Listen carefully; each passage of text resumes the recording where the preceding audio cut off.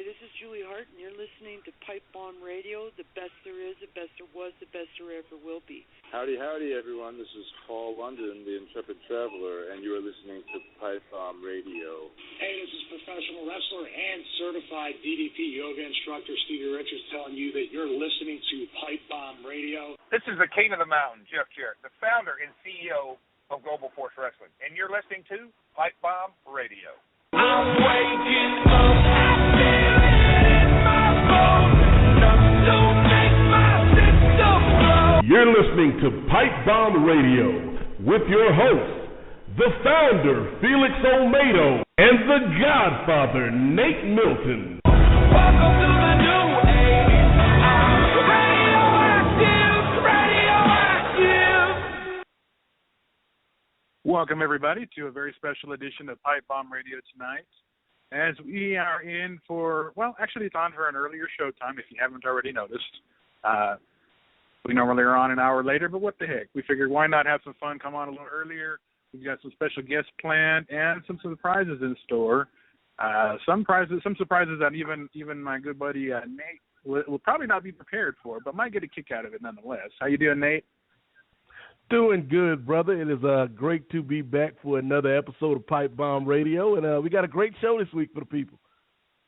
I think we do. I've already been in touch with both. Well, we have two guests, but I'll mention the second one after our first one because. But the main event of the evening will be, of course, he's a former Ring of Honor star, former pro wrestling. I think he was, and it definitely worked in Japan. Current Impact Wrestling star, part of the tag team, the American Wolves. The one and only Davey Richards will be joining us here momentarily. I've actually been in contact with him for months, and we finally came to an agreement on a date and time, and here we are.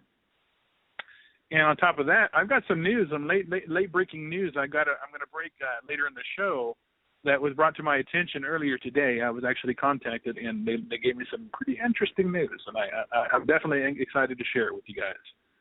But in the meantime, we're not going to keep our guest waiting much longer. I'm going to go ahead and give him a call and pray that I don't screw this up. No laugh? I was waiting for that laugh. Yeah, it's always an adventure when we get on these phones. Right? All righty. Just making sure I got everything, all my I's dotted and my T's crossed, and here we go.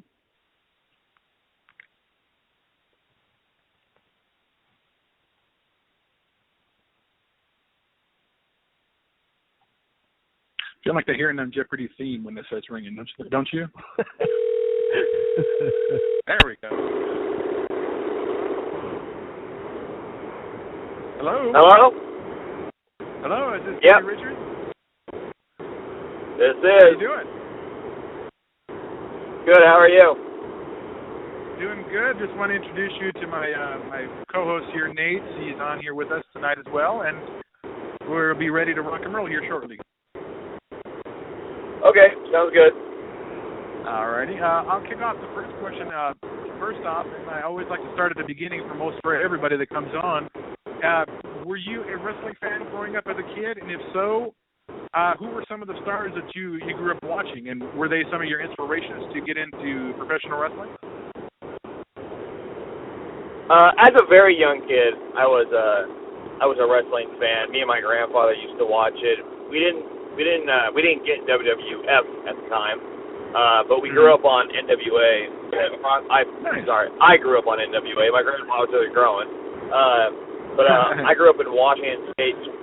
We got a lot of Portland wrestling, and we got Stampede wrestling. So I saw, Roddy Piper, and saw Dynamite Kid, and Owen Hart and stuff. Nice. Those guys all had a pretty profound influence on my wrestling nowadays. Wow. Okay, great choices. Okay. So how did you make that transition, Davey, from somebody that enjoyed it as a kid to somebody that said, hey, I might be able to have a good life doing this crazy thing called pro wrestling?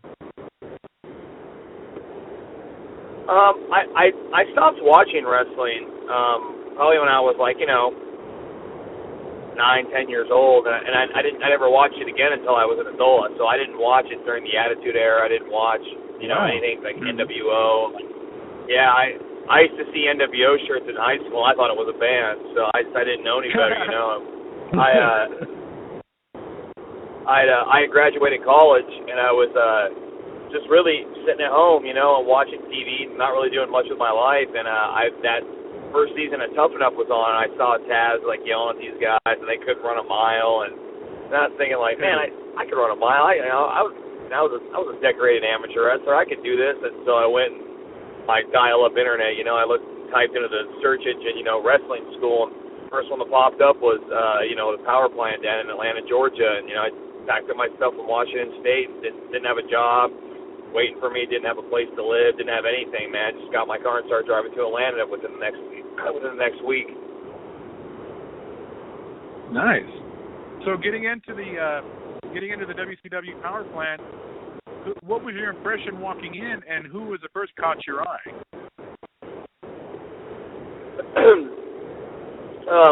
Well, the first impression was obviously, these guys are massive, and I'm just a young kid, what the hell have I got myself into? And for those people that don't know where the power plant is, it's in Fulton County, Georgia, which is not the safest neighborhood in the entire world. So it's pretty, that's pretty scary coming in. And then the first person I talked to was obviously the head trainer, which is Paul Orndorff, and and he obviously, he was, a nice guy. You could tell he was very stern, and he told you how it was going to be, and there was no ifs, ands, or buts about it. But he just told me, if you want to, you can do this if you're willing to work harder than everyone else. And that always stuck with me. That's true. It's very good advice. Now, Davey, I think for most of our listeners out there, the first time they were really exposed to your work is in Pro Wrestling Guerrilla. Can you tell us a little bit about that experience and, the difference from going from the power plant to this crazy organization out in L.A.?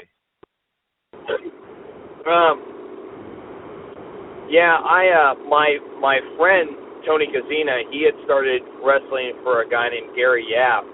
He had this small promotion called Pro Wrestling War down in Santa Ana, California. And, I was very, very, very new to the wrestling business. I only had a handful of matches, and he was like, yeah, do you want to come down with me? We'll have to drive. It's like a 25-hour drive. But I was like, oh, yeah, man, go to Los Angeles. That's crazy. So we went down there, and he gave me a little spot on the show, and he saw something in me, and he let me wrestle some of the PWG guys, and through them I got on PWG. But the funny story about the PWG thing was I actually, for the first show, they couldn't afford to fly me, and I couldn't afford my own plane ticket because I was broke. So I had to spend 36 hours on a Greyhound bus to get to the show that first All-Star weekend where I had a job. Yeah, it was pretty rough, man. It was pretty rough, and but I definitely earned my spot there for that bus trip. Nice. And ultimately, how did you hear about the opportunity to get into Ring of Honor?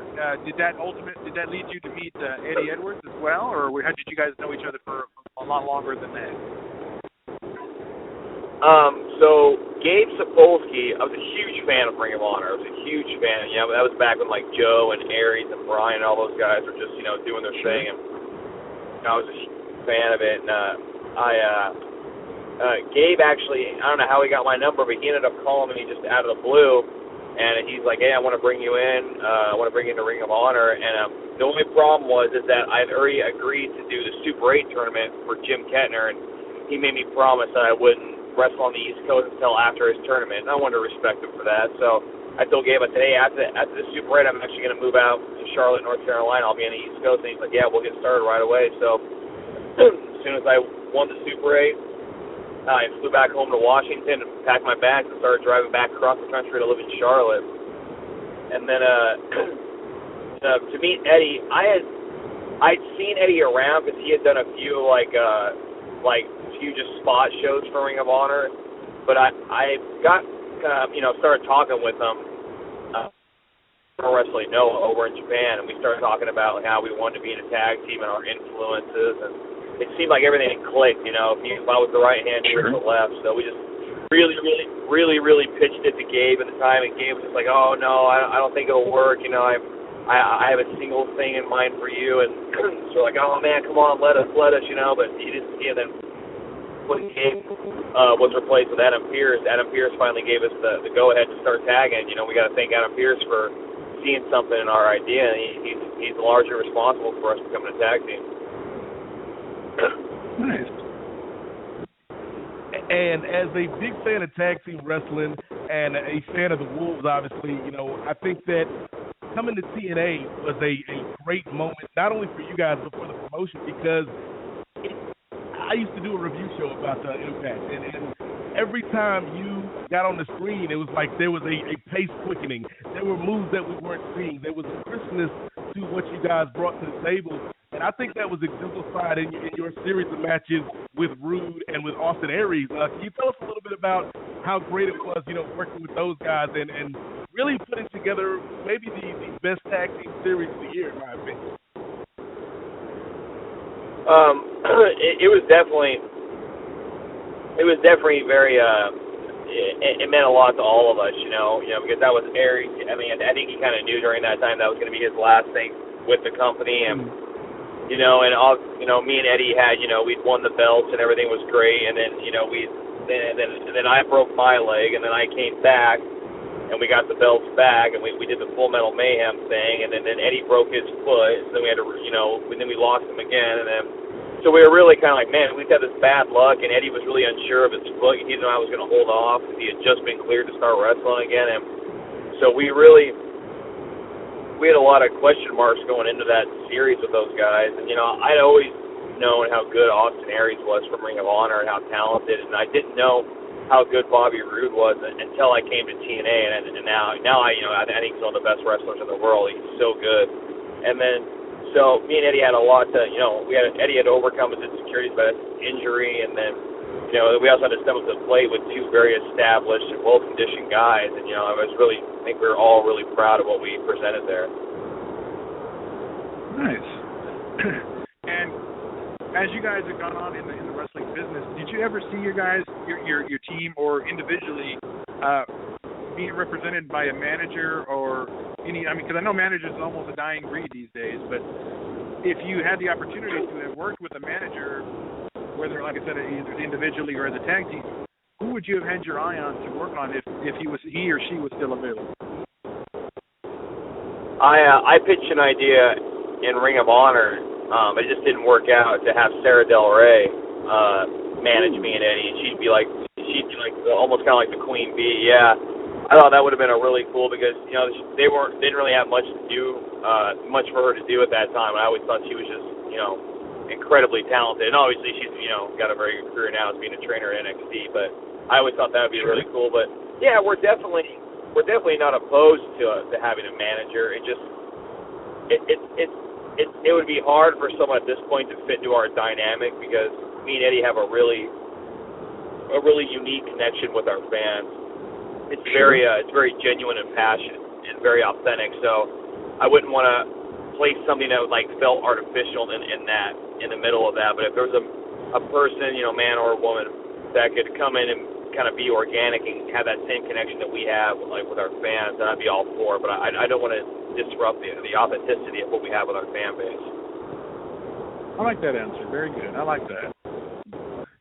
One of the things that always intrigues me, Davey, is kind of the dynamics between a team. And you talked earlier about, you know, ideas for yourself and for Eddie. And I think that, you know, in this day and age, either one of you guys could be a quality single star.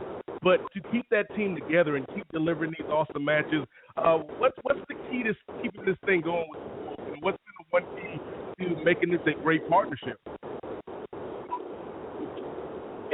A lot of it just clicks. You know, I've tagged with a lot of guys who are really, really good. You know, I tagged with Rocky Romero for a long time, and I think Rocky's as good as they come. And, you know, we always gelled really good, but nothing like me and Eddie have. And that's obviously not a knock on Rocky. He's absolutely amazing. It's just, you know, sometimes it's just apples and oranges. And, you know, it's just the first time me and Eddie tagged over in England, everything clicked, our timing and everything. But as far as just what naturally clicks, a lot of it comes down to I think a lot of it's like through respect, because me and Eddie, we've never had an argument, we've never had anything like that because we're very respectful of each other's opinions. We live very different lives. Eddie's a very big, go out and party and live the nightlife, and I'm very much an absolute introvert and hang out and read my books kind of guy. And we're both very respectful of each other's space and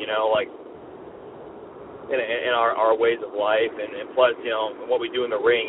We're always bouncing ideas off each other, and so there's a lot of mutual respect. And the biggest thing is that me and Eddie both know that though we're perfectly fine doing singles and we can both flourish in that, our singles is no more important than the team.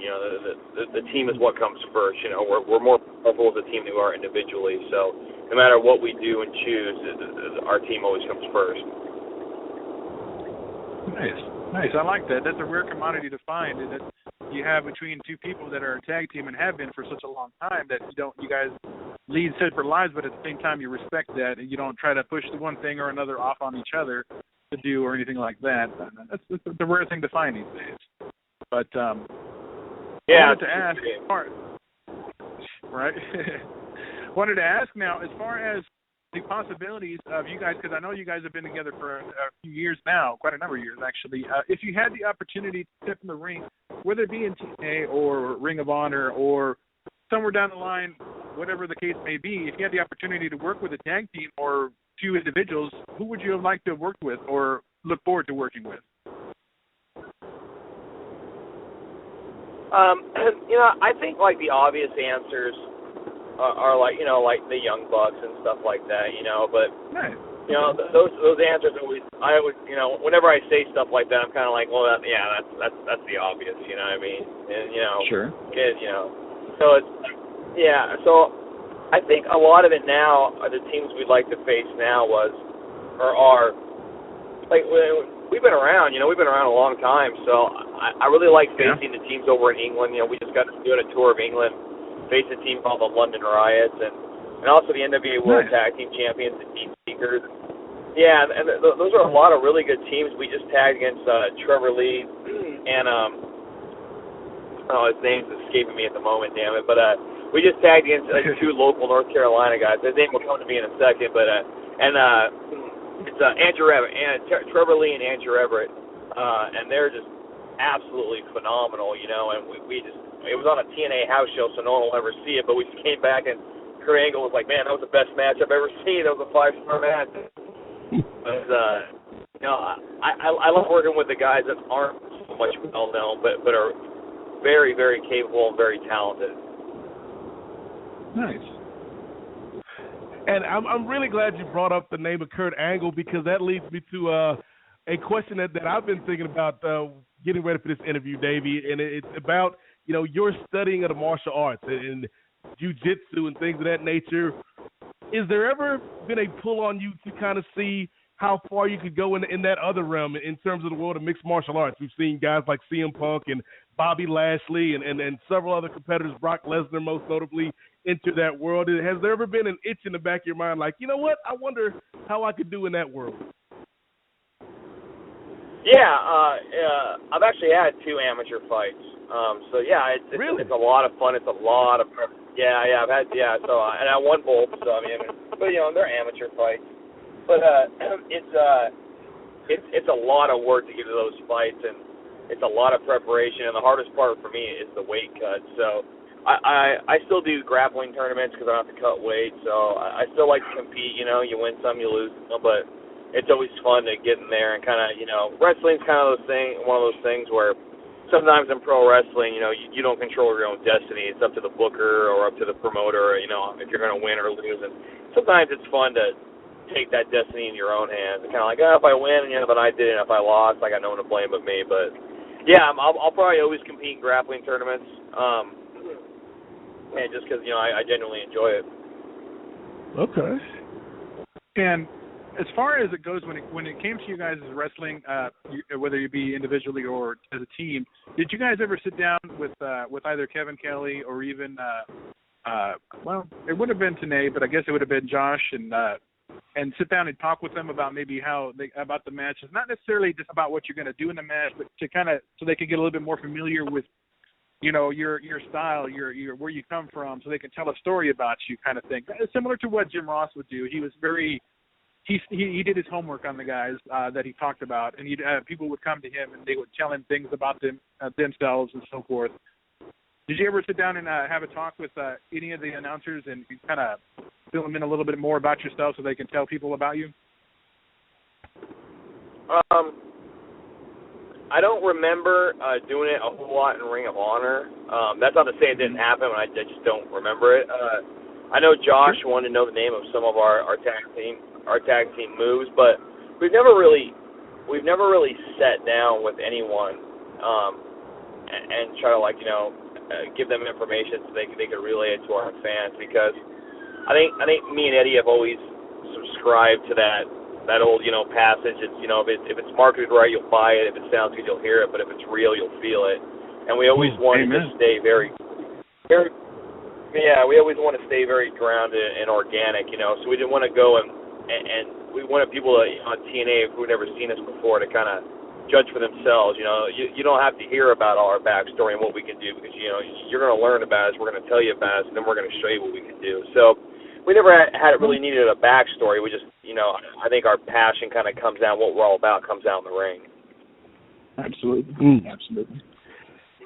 Now, with the benefit of hindsight, with the benefit of being a veteran and having an extensive career in this business, is there one thing that 2015 Davey Richards would go back and tell that younger version of himself right before he started training down in Atlanta? What's the one piece of advice you'd give yourself? Oh boy, just I wouldn't trade anything, because it led me to where I am now, and I'm having the time of my life. But just it's okay to be everything that everyone else doesn't like. It's okay to be different. It's okay to. There's a lot of fads in wrestling. There's a lot of genres. There's a lot of people that are desperate to fit in, and a lot of bandwagons people jump on, both in the moves they do, the styles that they use their gear in, or the things they say. And I'm just not a fan of a lot of things. And I'm not saying it's bad or good. I'm just saying I'm not a fan. And it took me a real long time, to realize what I like about wrestling. Probably isn't going to be the most popular thing, but if I'm going to continue doing this, I have to kind of wrestle from my heart. That's the best way I put it. My grandma used to tell me when I was a kid, when I was getting ready to start elementary school, that it's better to be hated for who you are than loved for who you're not. So I really, if I go back and tell myself anything, it's okay to be different, having a different opinion. It's okay to speak out, and it's okay to it's okay to ruffle some feathers, man. It's okay to piss people off. As long as you're speaking from the heart, and you're not trying to screw anyone over and try to help people, but stand up for what you believe in. It's okay to piss people off and be different. That is true. That's actually really good advice. And was wondering too. Obviously, we talked about the world of wrestling and mixed martial arts and amateur wrestling and so forth. Has it ever piqued your interest to kind of dip over into the world where The Rock has been, where Cena's been, and get into acting? Is it something that you maybe wanted to be one of your things off of your bucket list, so to speak, to maybe be an actor one day in a movie? To me, to be honest with you, not really. My wife, she's done a couple of, she's done a couple of acting things, and she drugged me to some audition thing, and it was like pulling hair, or pulling teeth. Pulling teeth and pulling hair, really. It was that painful, but it's just not my thing, to each their own, and obviously people make a very good living at it, but I don't want to do so unless I'm 100% in, and it's not my bag. Fair enough. Okay. And acting may not be your bag, but one thing I discovered while researching you, man, is that you're a trained paramedic. Is that true? And how did you get into that? Ooh, yeah. So it was fun. On the surface of everything, I was on top of the wrestling world. I was Ring of Honor World Champion and was one half the IWGP Tag Champions with Rocky Romero. So I was, literally flying to do a main event in Ring of Honor and then flying back to Japan. I was the first one. A lot of the Ring of Honor guys now are doing Japan and Ring of Honor, but I was doing it when no one was doing it, and I was doing it, more frequently than they are. And I was just going back and forth and back and forth, and I was really burnt out on wrestling. I was so paranoid that I had insecurities, and it just really killed my love for wrestling. And I just knew that I was going to go crazy. I was really hard to work with at those times, I have a soft spot in my heart for guys that had to work with me back then, whether it be, Fergal Devitt over in Japan or Steen in Ring of Honor, or even Eddie tagging with me, because I was a lot to deal with, man. I was an absolute head case. And I was just really burnt out on wrestling. I was going through a lot of personal stuff too, and I just knew that I had to go and do something else. I know I had to just get away from wrestling and do something else, or I was really going to end up, hating wrestling, and I didn't want to do that. And so I remember I wrestled in front of, I did the Tokyo Dome, which is, a big thing for a lot of people, I wrestled the Tokyo Dome, and then I came back and did one more tour in February, and I told them, I was like, I'm done. I'm not coming back. And they're like, oh, no, we'll bring you back, And I was like, no, I'm done, man. I'm done. And I went and I always wanted to be a firefighter and a paramedic, ever since I was young. But the problem was I was scared to death of needles. So, that was kind of a big problem. God, Yeah, I was scared. So but I always wanted to do it, and so I just, I went and I quit going to Japan, and I toned down my schedule quite a bit, and did things for Ring of Honor, but of much less importance. And went to paramedic school, man. I mean, it was the best decision I ever made. It not only gave me something I really loved, just helping people. I love practicing medicine, but it also made wrestling fun again, because I don't need to do wrestling anymore for the money. So when I go and wrestle, I can just do it for the love of it. And it gets stressful, then I just go to my other job. Being a paramedic has led me to a lot of other great things, like in the field of medicine and stuff. So now when I wrestle, I'm on TV, and I have a contract. I'm on TV, and I'm all that stuff. But all that is just fun, man. I'm having. People can tell. Eddie can tell. Eddie's wife told him. He's like, man. She told him, it looks like Davey's actually having fun for once. And he's like, yeah, I've never seen him have so much fun wrestling. So, yeah, it's great, man. For the first time in a long time, I'm actually having a lot of fun wrestling, and that's all to me having another job, another career that I also love. So it's a win-win for me. Very cool. Couldn't have said it any better myself. But I know as you're driving there, I just wanted to throw out there as well, as many already know, we just wanted to throw on behalf of all of us here a big congrats to you, and obviously you getting married and just announcing that you're going to be a dad soon. Things are just one good thing after another for you, man. We're excited for you, and we wish you and your wife all the best, and definitely many years of wedded bliss. And as we start to wind it down for us tonight, I just wanted to go ahead and ask, of course, if fans wanted to keep in contact with you as far as social media, what are some of the best ways for them to follow what you're up to? Not obviously, of course, the website for Impact Wrestling and watching you on TV, but mostly social media, of course. So my Twitter handle is @RichardsWesley. My real name is Wesley Richards. Sure. And then Eddie has told me that we have Pro Wrestling Tees stores, but I give all my Pro Wrestling Tees money to charity, so I have no idea what it is. But, so I apparently have a store of Pro Wrestling Tees, but I don't know the URL. But I strongly suggest people to go and buy it from me, because it all goes to charity, so that's always good. That's awesome. And I just talked to him. I'm gonna start up one of those celebrity voicemail things, or celebrity VM, or whatever they're called. Those are awesome. So I'll tweet that. Yeah, and all the money I make from that is also going to go to charity too. So when I actually set that up, when I have time, I will tweet that URL up there. But other than that, I think I have an Instagram, but I don't really go on it much. So probably just Twitter's the best way to find me. I have to Cool. definitely put it on my to-do list to get a celebrity VM from the American Wolf himself, and be like, that'd be cool. I'd be like, I got a celebrity VM here. He sent me a personal message for my birthday or something. I don't know. That's awesome. I love those things. Yeah. Yeah, and it's all going, towards a good cause, you know what I mean? So that's, anything I try to do with that, I don't, like I said, I have a good career now, so I don't need the money, so I try to give it all to charity. So, it's for a good cause. Absolutely. Very cool, very cool. My last question for you, brother. I mentioned that I've done, a TNA review show in the past, and people know that I've been a fan of the product, and so they come to me with some of the negativity on social media, and they're asking me questions about TNA, and I'm like, I don't know. All I can say is support the product. As somebody that's there in the company, what would you say to a fan out there that's like concerned about TNA and what's going to happen next year? Well, I would just what's going to happen, because TNA could literally be on TV tomorrow and never run another show again, or they could be around for another 100 years, and it doesn't matter. You know what I mean? And that goes for not only any cable company, any TV show. That also goes for everyone.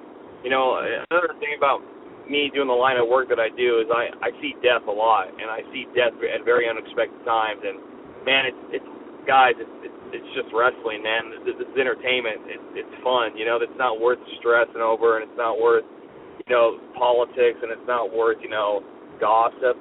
Just enjoy it, man, because I can tell you, man, someone who has a real career and also does wrestling, it takes a lot out of you to be a professional wrestler. I mean, those guys really go out there and sacrifice everything they have, and they go through injuries, and they go through a lot. My friend, Seth Rollins, was on top of the world. We were just chatting on Facebook, and then the next day I read that he blew his knee out. It's like that kind of stuff happens all the time, both in wrestling and the real world. Just enjoy it, man. Just enjoy what's there, and if you don't like it, then just don't watch it, man. But how many people are gonna judge other people and complain about things? You really gotta look at your own life, man, because I think there's something. There's something. I work for TNA. I don't work for WWE, and I don't work for Ring of Honor. But I wish Ring of Honor and I wish WWE nothing but the absolute best, man. I hope they all do fantastic. I wish them all nothing absolutely but the best. But it's not worth being spiteful towards people, So I just say, just enjoy it, man. Life's good, man, but, it depends on how you look at it. If you want to look at all the negativity, you're probably going to be a pretty negative person, but if you want to look at the good things, you'll probably be pretty happy. I wish the world had more good people like you, man. That's amazing advice to give out, and on behalf of myself and my partner Nate here, Davey, we can't thank you enough for giving us the time. I know I've been on you about it for months, and I didn't mean to be a nag, but I'm so grateful that you gave me the time to do this and come on, and we just have some fun. We definitely wish you safe travels. I know you said you were driving, so best of luck to you. Yep. And in the near future, hopefully we'll bring you back and do a part 2 and see what you're up to at that time. Absolutely, man. I would love to. All right, man. Well, we wish you a great night, and again, thank you again for doing this. I really do appreciate it. All right, guys. Take care. All right. Appreciate it, brother. Good night. Bye-bye. Right. Very cool. And there you have it, cool. ladies and gentlemen. What a class act. What a class act. Total class all the way. And, he had some great advice, and he's right around our age. So he's not old. He's not too young. I mean, he's like an old soul, if that makes sense. Yeah, he's only 32, but he's been a pro for 11 years. So, he's seen it all. He's been to Japan. He's been in Ring of Honor. Now he's in TNA on Impact, and the perspective that he had, man, I thought that was great, and that's kind of why I wanted to talk to him about the paramedic thing, because that's a really cool perspective that a lot of folks, whether it's in pro wrestling or regular life, they don't have that perspective, and I think that Davey had a lot of real good things to say tonight, and it was really cool being able to chat with him. I'm just glad that he was able to do it. I know, like I said, I was nagging him like crazy, but he was real cool about it. He wasn't rude. He was just total class. You don't find that kind of commodity in people, and that just you don't find it in people anymore. People are just angry or spiteful, vindictive people, and just don't care to help anybody. And the fact that he said that any kind of money that went towards his shirts, or if he does a celebrity VM, goes towards charity. What celebrity can say that? Not many. if any these days, because it's just a lot of selfishness, a lot of self-centeredness, and just people that care more about themselves and the almighty dollar than helping others. So, I mean, I'm very thrilled with this interview. They're definitely one of my favorites this year, and that's saying something, because we've had a number of greats on over the last several years, and I can put this up there with them, you know, because that was a lot of fun. Very informative. He was very open, very honest, and you couldn't ask for a better interview. And we're going to keep the ball rolling because, as I mentioned, we have another guest that will be joining us here in just a bit.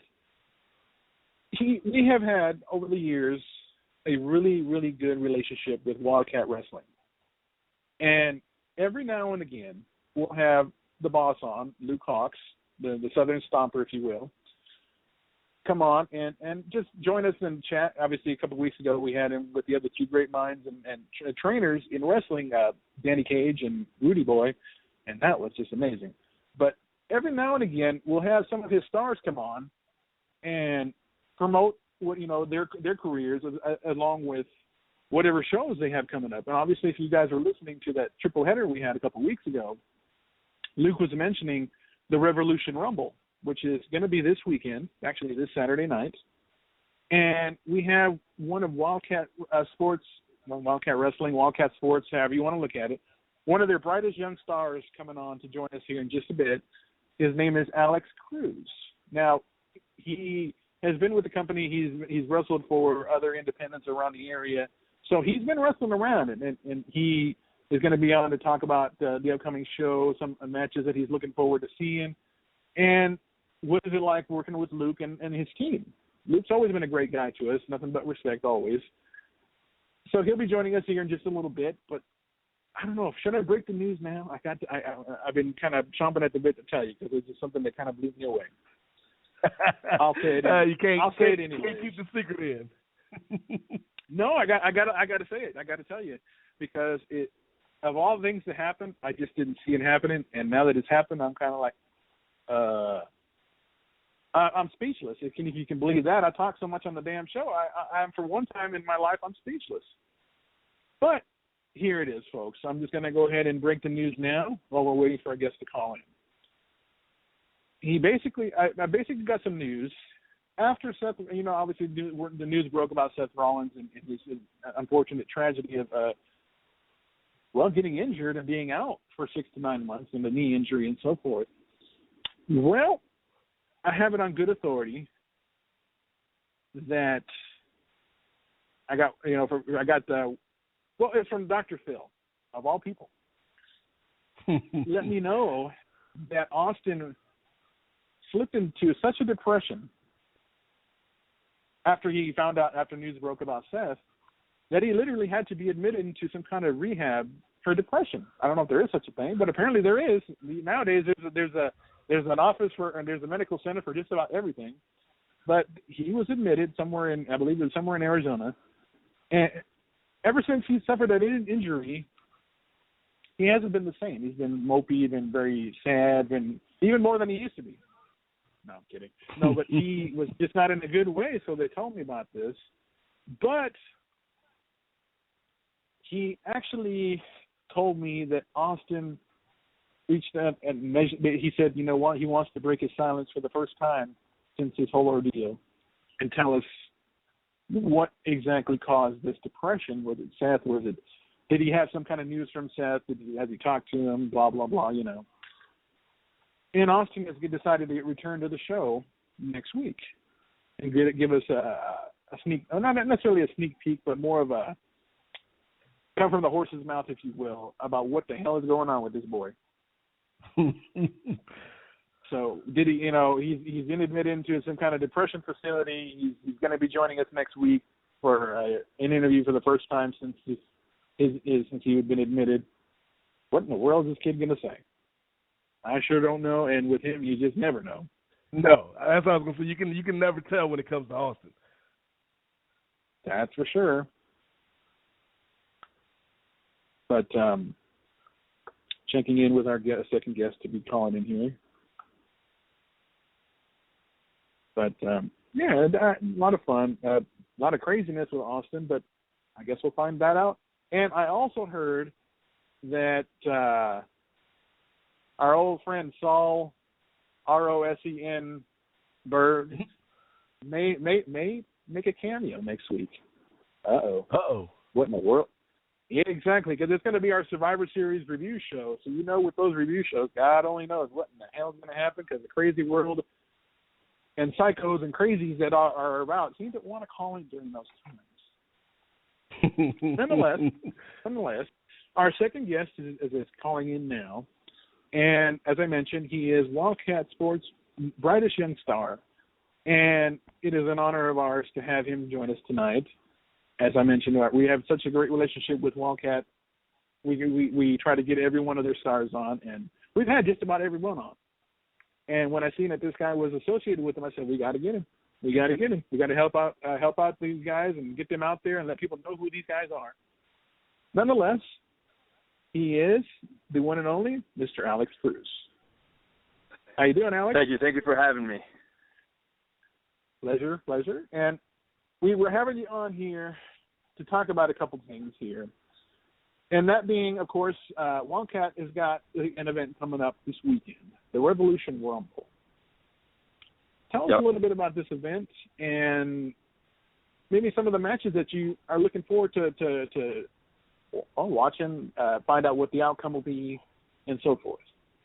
Oh, yeah, no problem. Once again, just wanted to say thank you so much for having me. I mean, it's truly a blessing and, just something else to be thankful for, Man, this weekend, as a wrestler, but still as a wrestling fan at heart, it's our 4-year anniversary show. It's the biggest show of the year. It's basically our WrestleMania.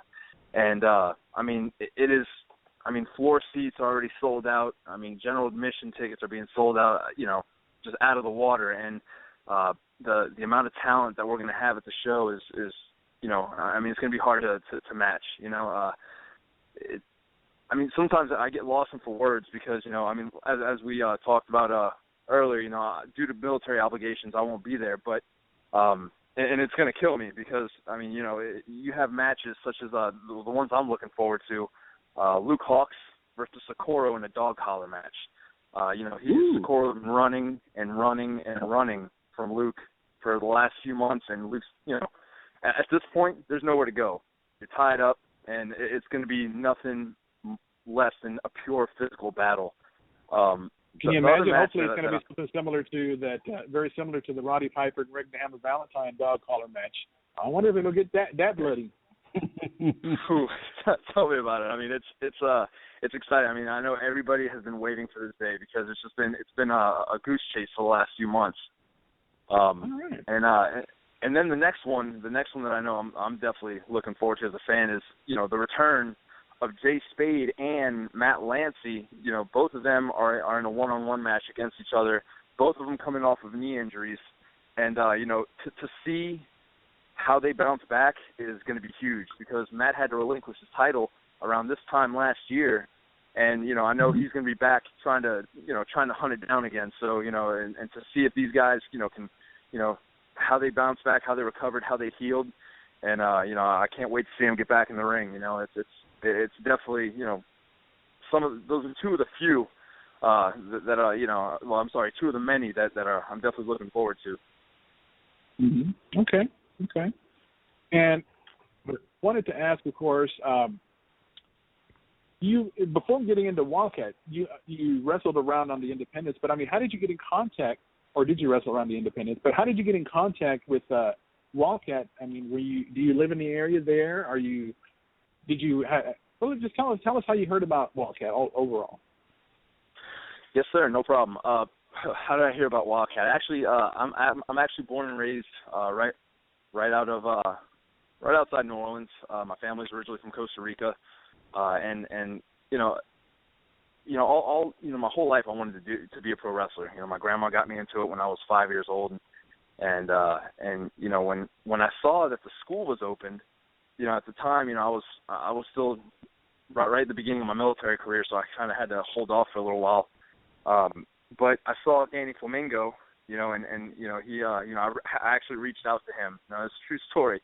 I reached out to Danny Flamingo and talked to him. Hey, what do I have to do to get into Wildcat Sports? And he told me to get in contact with Luke, and I messaged him, and eventually I came into I came to the school, watched a training session, and at that point I was hooked. And ever since I signed up, and I'm Wildcat bred and raised. I hadn't wrestled before. I've been wrestling here for a year now. I've been training for a year, and I've been actively wrestling now in matches since June, so about 5 months around the Gulf Coast. So. Nice. All right. Yeah. All right. And Nate, did you have questions for Alex? Yeah, just in terms of, we just had the chance to talk to Davey Richards of the American Wolves, and he told us a little bit about his perspective on life and being a paramedic as well as a pro wrestler. And I was wondering, Alex, in terms of just life, because, as much as we all love wrestling, there's life outside of wrestling. How do you balance that? How do you find the balance between this is Alex the person, this is Alex, the human being, and this is Alex the wrestler? How do you find that balance? Well, first and foremost, that was one of the. I'm actually married, and I have 2 kids. I have a 5-year-old, and I have a new. She actually made 4 months today. I have a newborn, and congratulations, man! Thank you. And the balance is something that at first it was kind of hard transitioning because we train 3 nights a week for 3 hours a day, and the biggest thing, my wife, that was one of the things that she was worried about, at the beginning, because obviously we all do, we do have lives and, we have families, and things like that. Well, the biggest thing for me is just making sure that when you come to training, you put your heart into it, you bust your butt, and you make the most of the time while you're here. But when you go home, sometimes, I'll bring training home as far as I'll talk about it, but as long as you're able to make the time for your family and you're able to take them on the journey with you and not push them off to the side, that's the biggest thing, and that's one of the things, that I tell my wife all the time, I can't wait till, my daughter gets a little bit older so we can start taking her, on the road to a few matches so, I can have my family there and they can kind of experience the journey with me.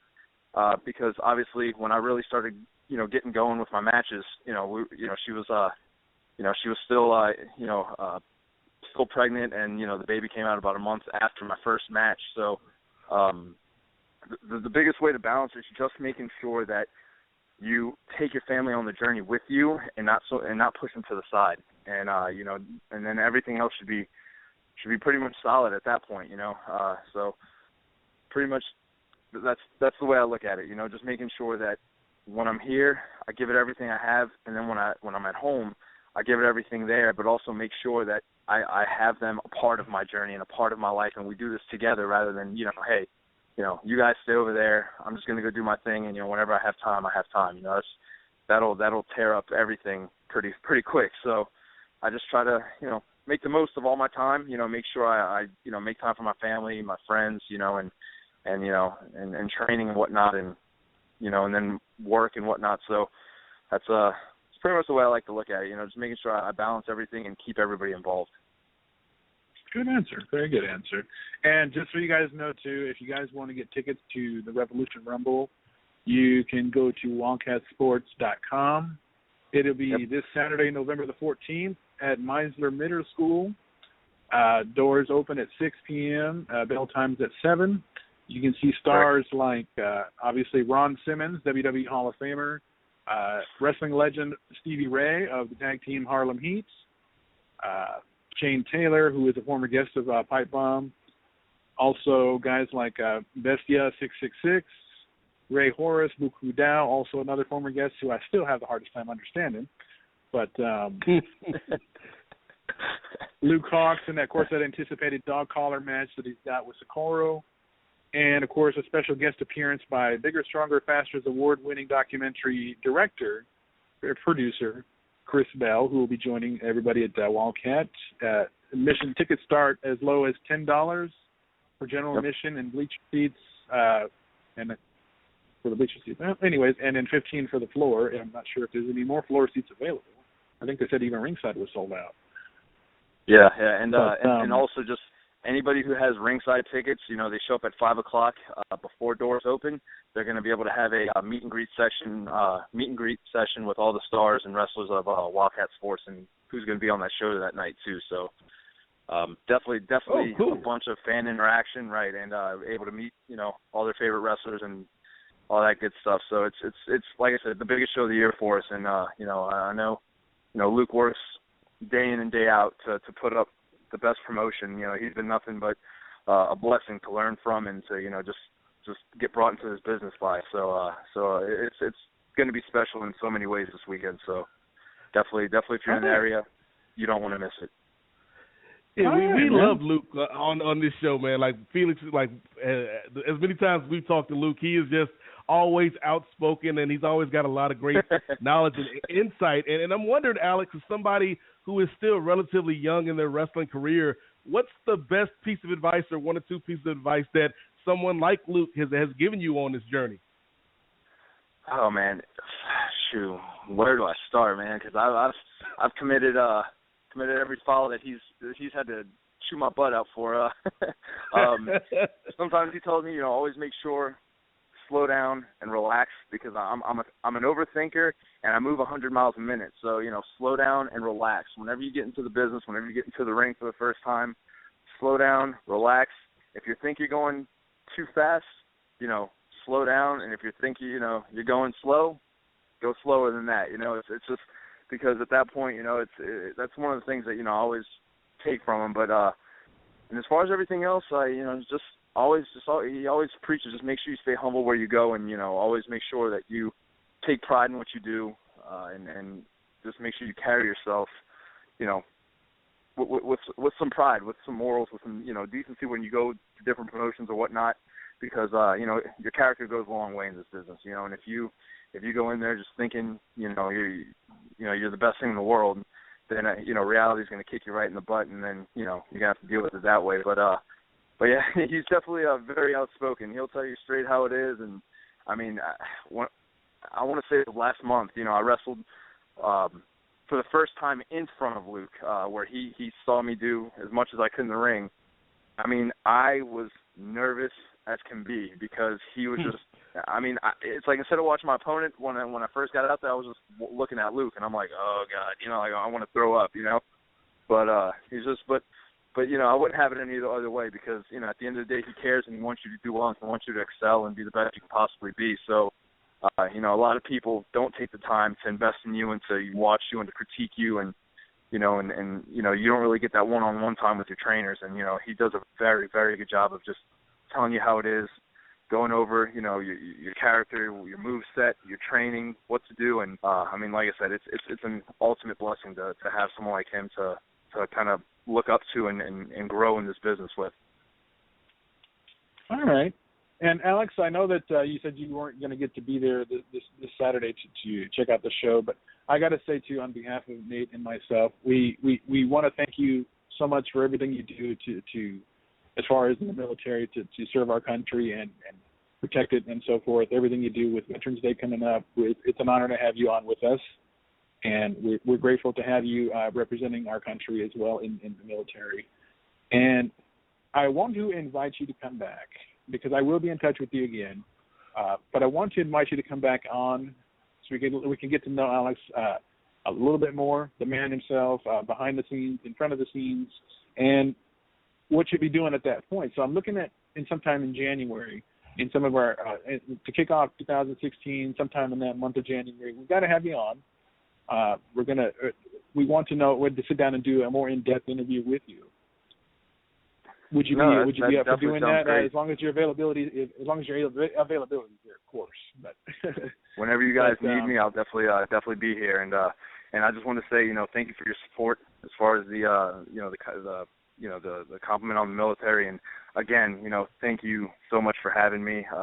I'm not going to lie and say I wasn't a little bit nervous for the first time, you know, but it's been nothing but a pleasure and honor to be on the show, because I've been keeping up with it and I know about it, and it's you know, it just kind of took me by surprise. I was like, whoa, you know. So again, you know, I'm nothing but grateful, appreciative, and definitely look forward to talking to you guys again next year. Crazy to say that we're almost there, right? Next year, but in January, we'll flying by. I mean, it's like Another year. That means another year I'm getting older. So I got to find a way to slow time down. Right. Right. And cherish those moments with them beautiful babies, man, because you got some beautiful kids. Oh. Man, she's turning me into an emotional wreck. I can tell you that for sure.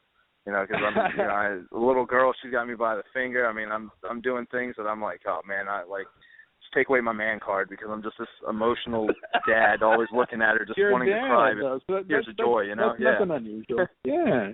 That's No, great. it's all right, This man. big tough guy that's out there body slamming people and flying off the ropes, and the child has got him wrapped around the finger. That's awesome. Right. Yeah. So, but give our best to Luke and all the guys at Wildcat and the girls too. We wish you guys all the best for your guys' show coming up at Wildcat. And again, I will be in touch with you to have you on sometime in January. And thank you for giving us your time here, and we'll be in touch. No problem. Sounds great. Thank you, guys. God bless. Have a good night.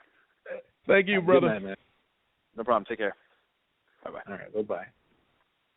What a nice young man. What a nice young man. He has a lot of energy. On interviews tonight, Felix. Hey, we got to keep it interesting, man. Got to keep it interesting. And I could feel his energy. I don't know about you, but he yes, I could hear the nerves, but you know what? That's par for the course. Some people either they've done a lot of interviews and this is nothing, or they've done few and they just want to do their best, and I can respect that. And if anything, that's what we try to encourage. Keep it a very comfortable environment, because if anything, we're learning about you. So how much more comfortable can you be when you're just talking about yourself? Well, but definitely a great young man. Well, I look forward to sitting down and getting to know him more. We'll definitely have him back and get a more in-depth interview with him to learn about him and his life outside the wrestling ring and where he's at that time, because I know he was really, really disappointed, but he understood. I mean, obviously the military obligations come first, and by then he would have definitely been able to perform in the other events for Wildcat. But not getting to perform at WrestleMania for them, I can understand that. But again, thanks to both of our guests. Two incredible guys. We were just honored to have them both two different perspectives, one who's been around, one who's a vet, and one who's just getting started. So you get two great perspectives for sure.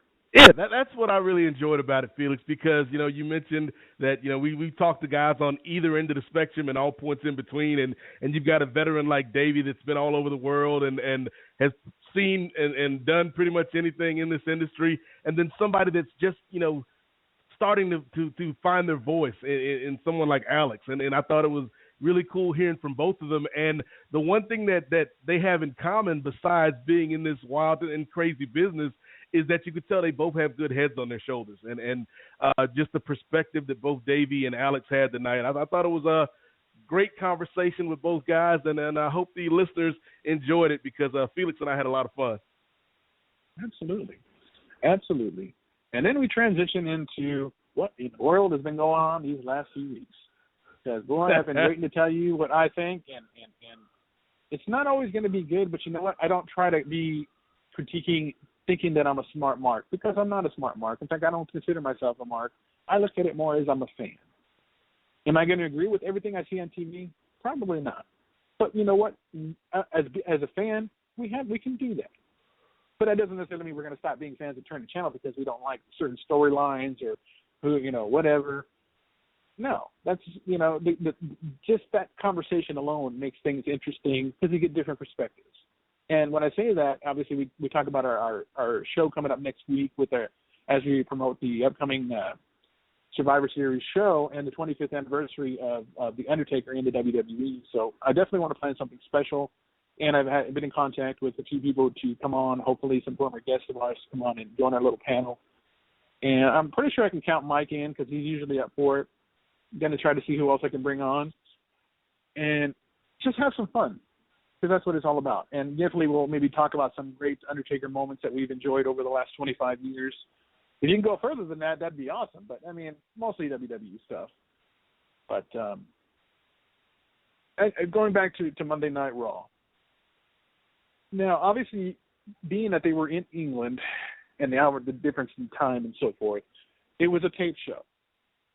But beforehand, it was reported Seth Rollins suffered a really bad injury, and it was so unfortunate because the way I see it, their roster is okay. Looking at it from two perspectives, they have a very thin roster as it is. People who have been out with injuries or they're not using right now, or not have as much focus on.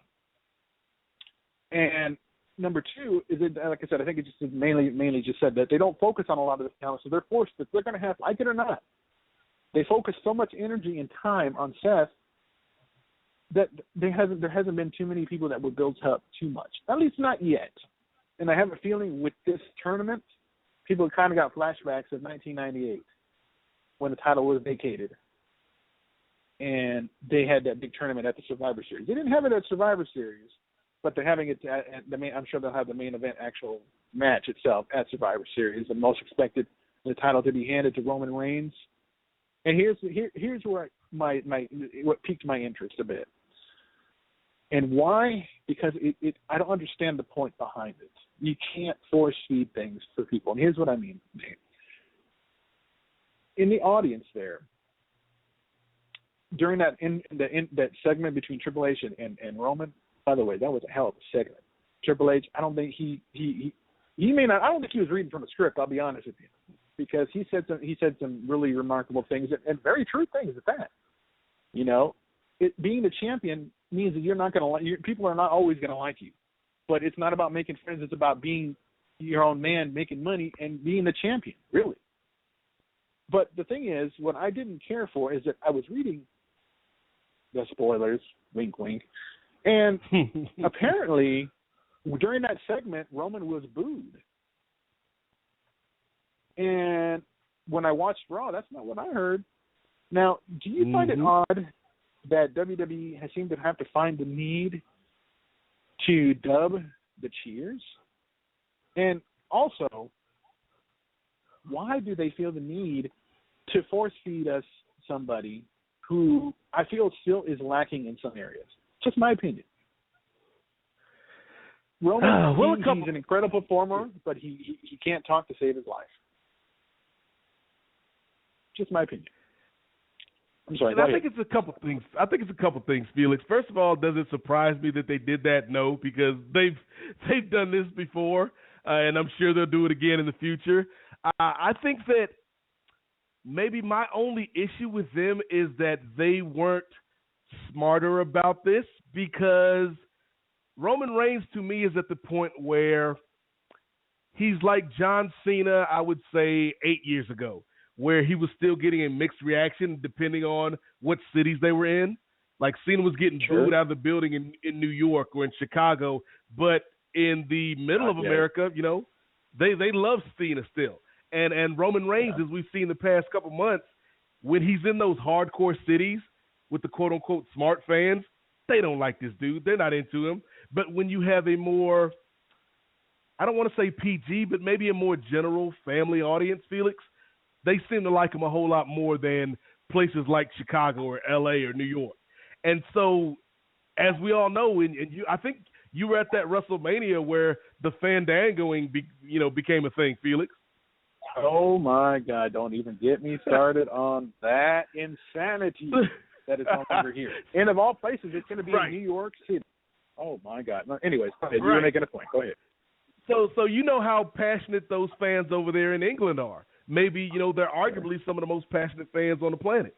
And so trying to force feed them, like you said, Roman Reigns is this conquering babyface in that city was not the right thing to do, because it just makes Roman come across as second rate, overdubbing the cheers, makes you as a company look a little bit suspect. So I think there was another way to accomplish the same goal without putting Roman in that situation, because I agree. I think Roman Reigns is limited, but I also think that he can still be a world champion. I think we've seen other guys who had limitations, become world champions, and I don't mean this as an insult, but somebody like Sid or somebody like Andre, even somebody like Hulk Hogan. As great as Hulk Hogan was, he was an awesome talker, but in the ring, he had his limitations. And so I think that the job of the company, if Roman Reigns is the guy they want, they've got to figure out how to put him in the best position. And I think maybe, Felix, the best position for Roman Reigns is as a heel. maybe as somebody as his mouthpiece. And so if they were going to do the thing they did on Monday night, then they should have had Roman accept Triple H's offer and let the fans boo him because that's what they wanted to do anyway. And I think a heel Roman Reigns working with Triple H would set up a babyface return for Rollins, because I think that's what you're going to get anyway, Felix. When Seth Rollins comes back, even if they want Seth to be a bad guy, people feel bad for him because he got hurt right when, he was in the middle of a championship run. And whenever somebody returns, they always get the big cheer. So I would flip the script right now and have Roman Reigns join the Authority, and then when Seth Rollins gets back, they treat him bad because we don't need you. We've got our new face of the company, and that starts off the Seth Rollins babyface run. They had hinted at the idea of turning Seth's face to take on, I think even at one point, to even take on Triple H, but obviously that didn't happen, and now it won't happen, at least not now. But it puts them in a dilemma right now because, like I said, they haven't really had time to develop any new stars, any new bigger stars that can stand out just yet. They're having to, relegate to going back to the older stars. And no offense, because I'm all about old school. With the Undertaker making an appearance, a very rare appearance at that, in England with Kane. What a way to end the show. We'll get to that in just a minute, of course. But, overall, the England show wasn't really bad. The whole tournament thing had people talking and who they expected to see as a champion, or even into the final match, of course. I have my, picks, and obviously we'll talk more about that as they narrow it down in the brackets. But, I just wish they were more prepared in the sense, and I guess you can't really be prepared, but if they had more stars they would work with, because they're not surrounded so much with Seth. See, this is what I was afraid of, and I didn't want to say anything. I'm not saying that I know anything would have happened anyway, but when you have a when you have a roster that's more hungry and will do anything, will cut your throat just to get to be in the number one spot.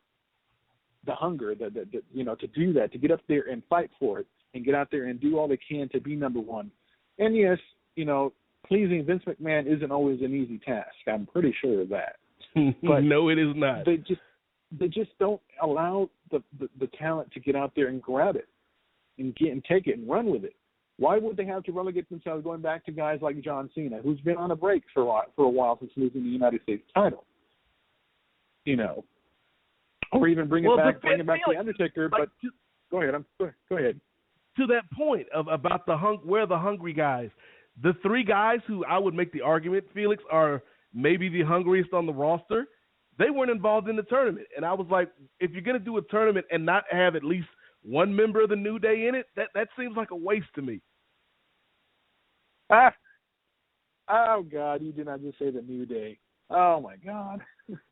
You can make the argument like that crowd was so into the New Day, and it's like, man, imagine how and they wouldn't have to win all their matches, but instead of doing the six-man we saw, have maybe each member of the New Day enters the tournament, and they're like, that gives us 3 chances to win, and then at the end of the night, the only guy that won was Big E. I think that's a fun story that you could have told during the night.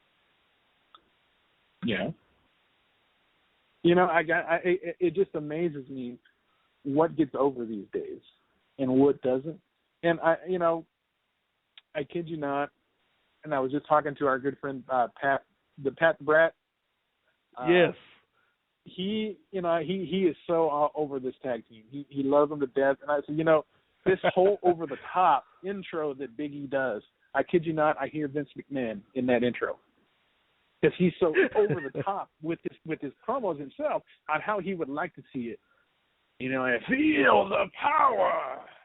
Kind of thing that Big E does. That I swear that I think that's Vince pulling it out of him, and kudos, because this big man, he could have been relegated to being and I'm using that word quite a bit today, but a bodyguard, and in turn you bring out his inner character, and that's what you need to do. Now, they are really over, but could they see them as successful as they are in this trio? Could it end before it really takes off?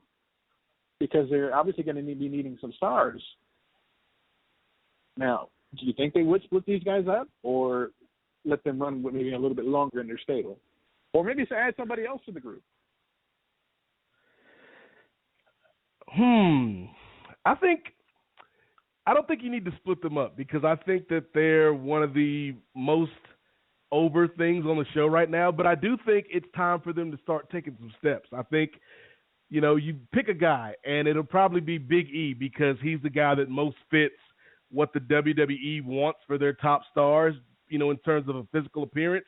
So you could still have Kofi and Xavier in the tag division, especially now that the Usos are back, and have them doing their thing down there, but elevate Big E. Have him, I think that Big E should be up there in the mix for the U.S. title, because as much as I love Alberto Del Rio, this thing with him and Zeb just didn't light my world on fire. And I think having Del Rio versus Big E in a feud, like Mex America versus Unicorn Magic, that'd be fun. So I think Big E's a guy that they should really start elevating into these bigger spots, because, we saw when he was in there with Cena, like, the dude can hang. Like, he's a big guy, but he's very athletic. I think he's somebody that in the next 2 or 3 years, you should be looking at as maybe not a world champion, although I think he could be a world champion, but he should certainly be one of our top stars. Agreed, definitely. I mean, we'll see what happens, though. I mean, overall, the England show, and they tend always to be the best, but it wasn't bad. It really wasn't bad at all. But they, I think they spend so much time, and maybe it's the entertainment value of it all.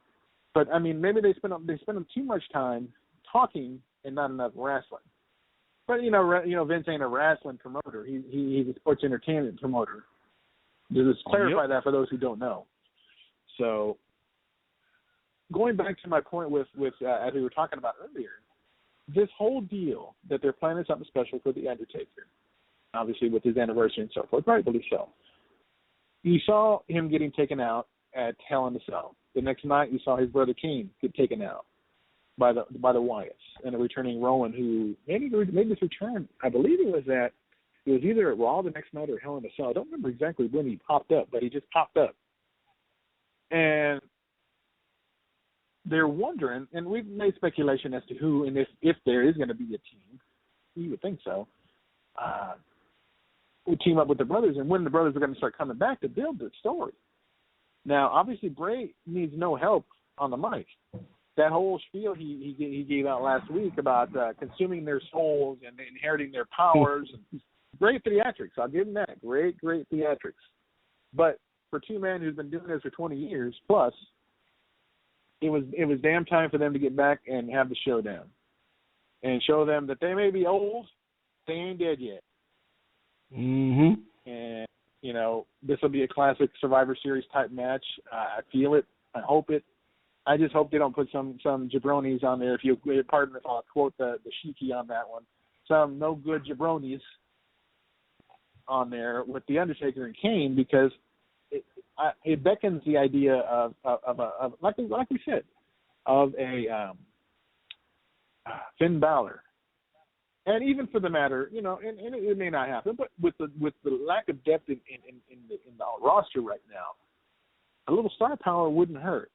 And I still feel so passionately that if you're going to do a team with The Undertaker, Kane, you have to put in their Sting.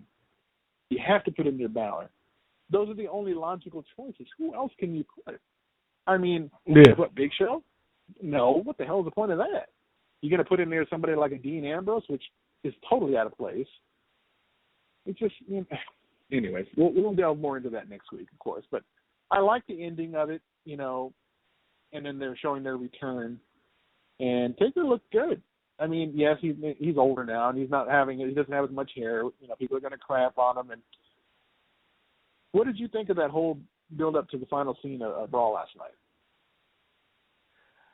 I thought it was interesting. I think that we needed a response from Kane and Taker because we don't have a lot of time to play with between now and Survivor Series. We got, a week and a half now at this point? Roughly, yeah. because next Monday's Raw will be the go home. So they had to make an appearance. And I wish that Sting were going to be the guy to team with them, especially in Atlanta, because that would be a great connection. But, man, I don't know if he's going to be able to do it. And so, Felix, to me, I think anybody else dilutes the team. Unless it's going to be somebody like a Finn Balor that you bring up from NXT and have that be his debut teaming with these legends, anybody else really doesn't work for me. And so maybe – as we saw last night or Monday night, the two brothers of destruction standing side by side, maybe they're going into this 2-on-4. And they're like, well, we don't need anybody because family's all we need, or something not that corny, because Taker wouldn't say something like that. Sounded like he ended up sounding like your man from Fast and the Furious. I ain't got friends, I got family. But I think that maybe they do a handicap match where Taker and Kane take on the Wyatts, and even though having the Brothers of Destruction beat the odds and beat the numbers, 2-4 or 2-3 if they have somebody sit out, it still isn't that bad of a loss for the Wyatt family because they're losing to these two legends. So I think that if Sting's not going to be their partner and Finn Balor's not the guy you bring up, then it should just be Kane and Taker, and they just go in and kick butt and take names. Yeah, definitely. And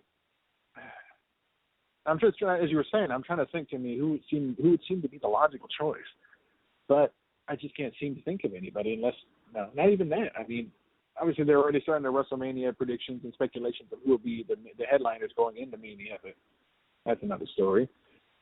And I was just thinking, too, that WWE Network's doing a whole week of Undertaker tributes, and that panel with JBL. Oh, I'm so looking forward to that.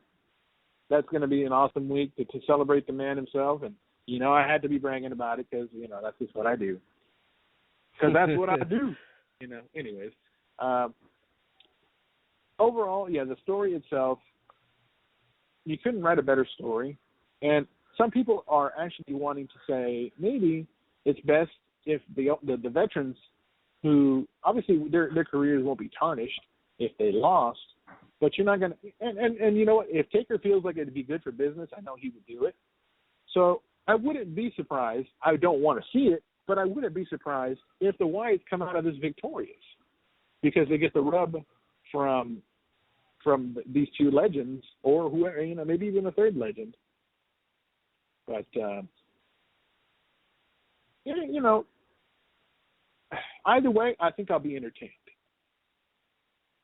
Nonetheless, that's coming up at Survivor Series, and I don't know what else will happen. Felix, because Sting, by all reports, he's okay in terms of real life. He's just he's on the fence in terms of is he in wrestling shape. And to me, it's like, man, if he can do something, I think he's got to show up, man. And like I said, in Atlanta, when you have Taker and the Wyatt, Taker and Kane come out, and the Wyatts are like, Bray says something because you know how Bray gets into his big speeches, and he's like, you have no one standing with you, Undertaker. And then the lights go out, and it's Taker and Kane and Sting's with them. Even if Sting just stands on the apron or throws a few punches, there's ways to work around his limitations. I mean, we saw Hulk Hogan wrestle a match, a couple years ago, and Sting, even hurt, Sting is still more mobile than Hulk Hogan was at that point. So I think if he's able to do it, man, they've got to pull the trigger on that, because just for that image of those three, and probably for the last time in the ring together, I think they got to try to make it happen. Since I don't think they'll do Taker Sting, that would make sense. It would give people those smart marks, if you will, the ultimate kaboom, if you will. The internet will break. I don't know, but I think he could. But here's the thing: WWE wouldn't do it, and it's only because they're so precautious now about everything that they wouldn't. I just don't know. I just don't know. But you know what? We can hope and pray and speculate, and until it happens, I guess we won't know. But if the internet breaks, can't say I didn't warn you. But with that said, I want to turn it over to you again, of course, with things that have been going on, not only on the Kings of Sports, but keeping it 100. And when are we going to get Brian on the show? You got to tell Brian if he's listening. Brian, get your butt over here. We need you on the show, man. Come on, man. Don't leave us hanging like that. Yes. Hey, Brian, I think one of the crazy things about this show, Felix, because it is a new show and it's a work in progress, is that maybe and I'm going to keep it 100, which is the name of the show, maybe we should have waited to launch until January because for those that don't know, Brian Mann is my co-host and he's a former WWE writer, but his day job is working at Yahoo Movies. And so this is kind of the holiday movie season. And it's in full effect. And so, like, Brian and I recorded a show with talking about hip-hop and wrestling. And Oscar from Men on a Mission is our very special guest for that show. And the recording that Brian and I did the next day to do kind of the intro and some of the other stuff didn't record. Mm-hmm. And so Brian and I have been trying to connect schedules for about a week to re-record it so we can get it out for the people. But like they've got that man running hard, doing all these premiere stuff and filming stuff with the actors for these big holiday movies. So we're still around. We got 2 episodes out right now. You can find on the Fight Network, and hopefully the hip hop episode will be out, if not this Friday, shortly thereafter. But this is a busy time of year, Felix, and then like Thanksgiving is on the horizon, Christmas. So maybe in hindsight we should have waited until January. That's cool. No worries. You know, we got all the time in the world, and definitely invite the opportunity to have him on. And just as much as anybody else, we definitely want to expand and make But with January and possibly, I'll be honest, because the early part of 2016, possibly into the summertime. I'm going to have such a busy year because I'm trying to get these degrees done that we might. And like I said, I've been talking about it for a couple of weeks, mentioning it here and there, but we could be seeing Pipebomb Radio moving to a new night and time. I'm still trying to figure out what night would work best, but I can tell you this. The date and time will be revealed on the last show of the year. Our best of show, as you will. Those are always fun. I always get a kick out of those shows. But we got a lot to choose from this year. Yeah, we do.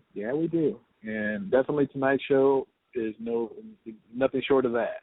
We can put it up there with some of the greats that we've had, and both young men definitely brought it tonight, and I'm just grateful for that. But we also have a wrestling legend closing out the show for November. I'm not going to say who. I believe Nate knows who it is. And I was surprised that he agreed, but I'm thankful that he did. You guys won't see it coming because you won't expect – of all names, you guys probably would never guess. And I'll say, not only that, it actually falls on my birthday. Figure that one out. Yeah. But so it's still not PN News, Felix. It's still not PN News. Yo baby, yo. It's not. No baby, no. And no ain't calling you baby. That was gonna be my next question. I was like, wait a second. I know we're close, but oh, come on. It's not a Chuck and Billy situation. Oh, no, hell no. Oh, hell no. Oh, hell no. No, I'm kidding. Oh, man. I'm going to keep on trying for that one. PN News would definitely be somebody I want to try to get on. It'll be hard because I'll be honest with you, it might end up having to become a pre-recorded show. I'll be honest. And you're hearing it live now. He's overseas now, isn't he? Yeah. Yeah, he's in Austria, and I don't know the time zones just yet with them and with us. But if I were to get him to agree, it would probably have to be a pre-recorded, and I have to make sure that Nate is there because I think he would mark out like nobody's business. And once he got to hear his idol PN News, like, hey, cut it, yo baby. Take me back to my childhood. Right. And then loud outfits he would wear, and the funky hairdos back then. Good God. Yes. Oh man. And let's not even get into Johnny B. Bad. Oh man, I used to love What Johnny the B. heck? Bad. Johnny B. Bad, one of my Mark Marrow in general is just a good dude. Like I don't know if you've had the chance to see like his public speaking that he does to like the kids at school and stuff. Like he's a really interesting person. Yeah, I agree. He's people used to crap on him quite a bit, and only because they feel that maybe his ex-wife overshadowed him. But you know what? The guy had talent. He did all he could to entertain, and I believe he did. Maybe he couldn't accomplish everything he wanted to in WWE, and that's fine. But what he's doing now, I believe he has more of a passion for in his shows.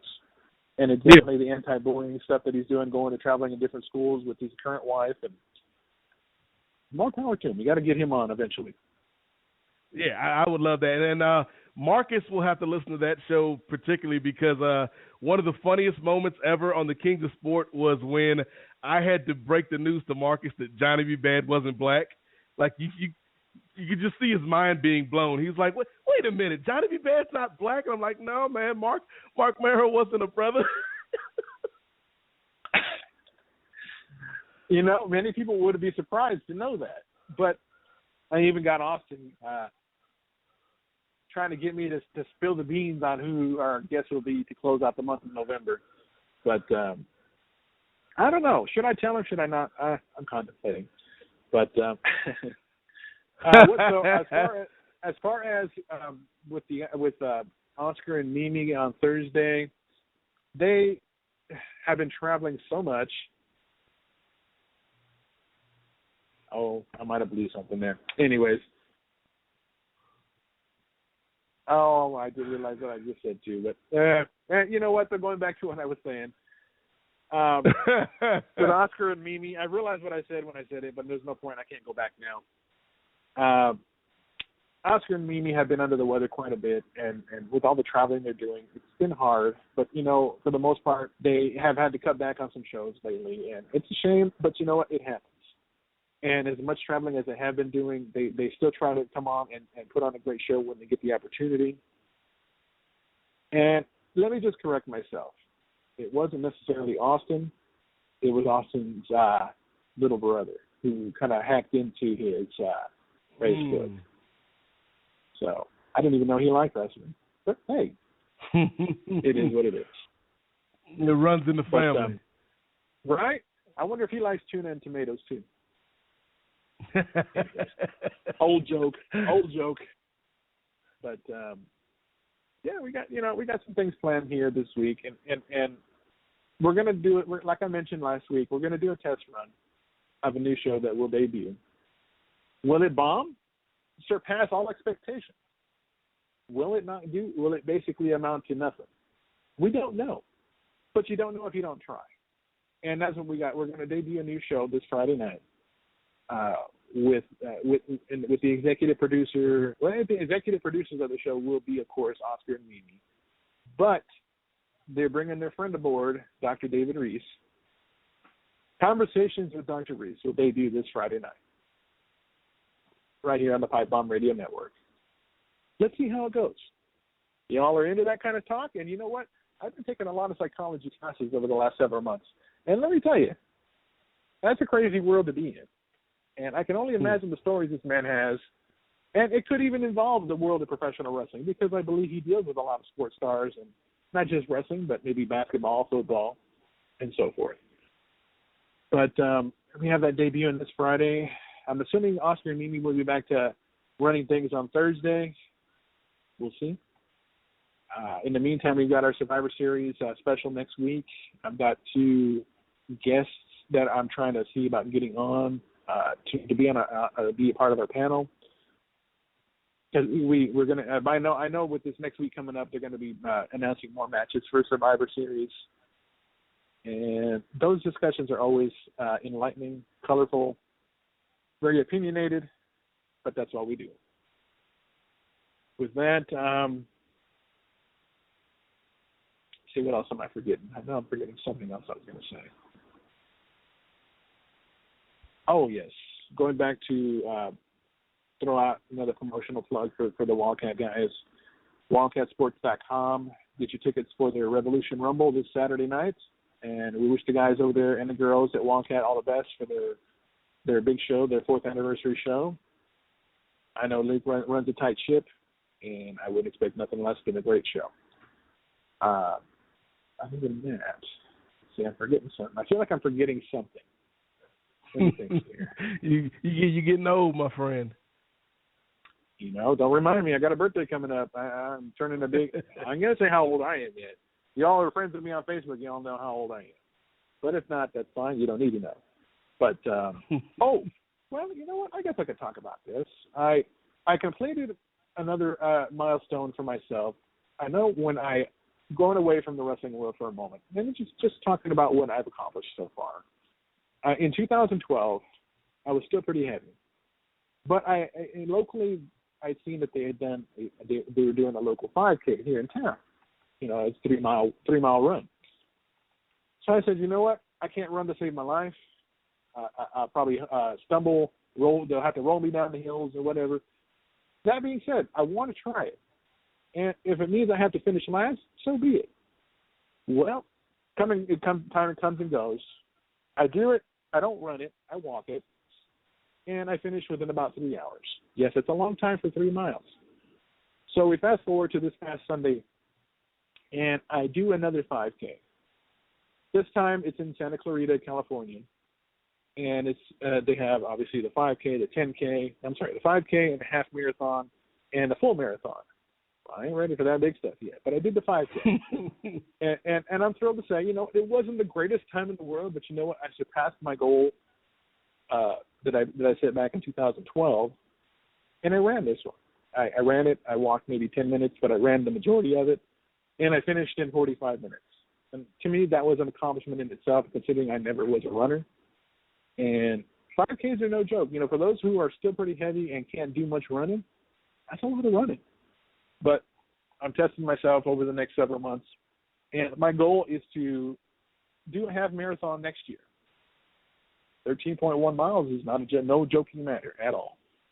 And God help me, because I'm going to need that strength. But anyways, I had to throw that in there, a little shameless plug for myself.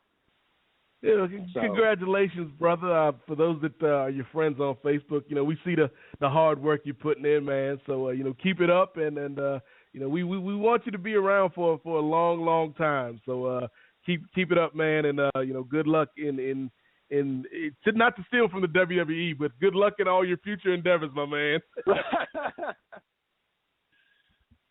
Yeah, but I thought about covers, everything. But you know what?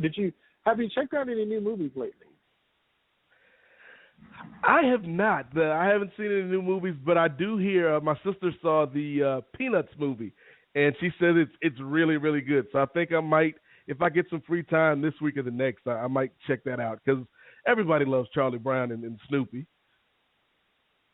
As far as, you know what, I may regret doing this, but I'm gonna do it anyway, just because I want to keep the conversation interesting. We'll dip into the political polls for just a moment. Just for a smidge of a moment. Have you been keeping up with that whole mess, or because I know, you know, honestly, I don't really keep up with it, but I just hear a little bit here and there, and I don't really care, because I don't like any of them, and I don't feel any of them really can do anything different than what's been done already. I mean, it's almost like you're trying to make flowers smell good by putting more shit on it. You know, it just, you know, when it's already a stinky mess anyway. You know, and Bush didn't do nothing, Obama didn't do nothing. I mean, they both did their things in their terms, but overall, what did they do? What, you know, it is what it is. But as far as the parties now, can you imagine Trump running for and being the president of this United States, let alone Hillary Clinton? Lord have mercy, you might as well have Brie Bella and Nikki Bella running too. Just think about it. We could very well have the Republican nominee for president be a guy that was headlining a WrestleMania with Bobby Lashley versus Vince McMahon and Umaga. Oh God. Yeah, God rest his soul. My God. Don't forget that. Yes. But, that is such a mess. I don't even know where to begin with that. It's laughable now because I can't believe this is, next thing you know, they're going to tell us that Arnold is going to run for president. Not saying he was a bad governor. He wasn't the greatest, but I'll be back. Well, the one thing about Arnold, though, if Arnold were to run for president, Felix, that would be a good thing, is at least he's gotten this sex scandal out of the way. That did disappear really fast. You notice that? But then every now and then they'll throw in, I don't know, that was my history teacher would do the jokes about Arnold. About to him, make sure he gives special treatment to the health, especially if you're a woman. But Arnold. I don't know. I wouldn't be surprised if Trump wins it. I'll be honest with you. And then him and Vince being as good of friends as they are, we'll see President Trump make an appearance at a WrestleMania. Oh my goodness! It almost begs the idea: will we see Jesse the Body get into this? I'd vote for him. He's a little nuts, but I'd vote for him. Yeah, at least he's telling you the truth. Like Jesse's crazy, but at least he's speaking, from like Davey Richards was talking about earlier. He's speaking from his heart. Yeah. Here's the question, though, Felix. If let's say Trump, God help us, were to win the presidency of the United States of America, would that mean Linda McMahon would get a cabinet position? Oh God. Would she be a part of the Trump administration? Oh, my God, I would not be surprised. But one thing I did forget to mention, happy 240th birthday to our United States Marine Corps. Hoorah. Semper Fi. So I didn't even think about that. It is their birthday today. So, yeah, there's that as well. I think that about covers everything at this point. I don't remember if you were going to mention anything else. We send our heartfelt condolences and prayers.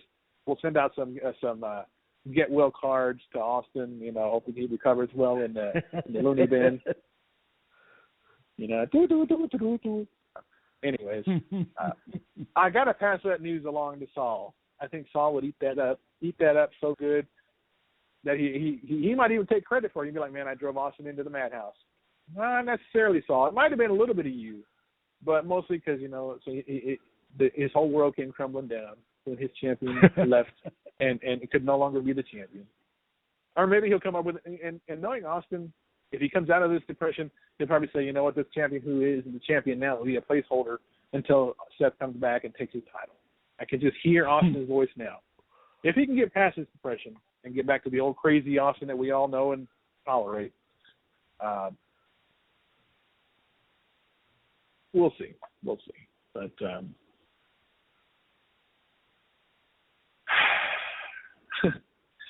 breaking news, ladies and gentlemen. It has been brought to my attention that Trump actually is good friends with Austin. If you can buy that, and then on top of that, this guy wants to run for president? Oh, God, can you imagine Austin? Austin, of all people, in Trump's cabinet, or even for that matter, House of Representatives, Lord have mercy. He'll be having everybody eating their tuna and tomato sandwiches. I was going to say he'd be the Secretary of Sandwiches. Hashtag Secretary of Sandwiches. And it's not even sandwiches, it's sandwiches. Oh, goodness. I think that'll do it for tonight, guys. We're going to go ahead and wrap things up. We hope you enjoyed the show tonight as much as we have. Big thanks again to Davey Richards and, of course, Alex Cruz for coming on tonight. Wish them both the very best. Look for Alex to come on the show sometime in January, guys. And hopefully the same can be said in 2016 to have the one and only Davey Richards return. And who knows, maybe we'll set up something with his wife as well. Only time will tell. With that said, make sure you check out our website, pipebombradio.net. Have access to all of our social media, our Facebook, Twitter, Instagram, YouTube. And speaking of celebrity VMs, make sure you check out our celebrity VM from the $1 Million Man, Ted DiBiase. Yes, Pipe Bomb Radio has a price too, folks. that was awesome. Still one of my favorite moments. But yes, kind of my covers. And on behalf of Nate and myself for Pipe Bomb Radio tonight, we thank you for joining us, and we say keep your feet on the ground and keep reaching for the stars. Good night, everybody. Good night, Nate. I will talk to you in just a bit. All right, brother. All right.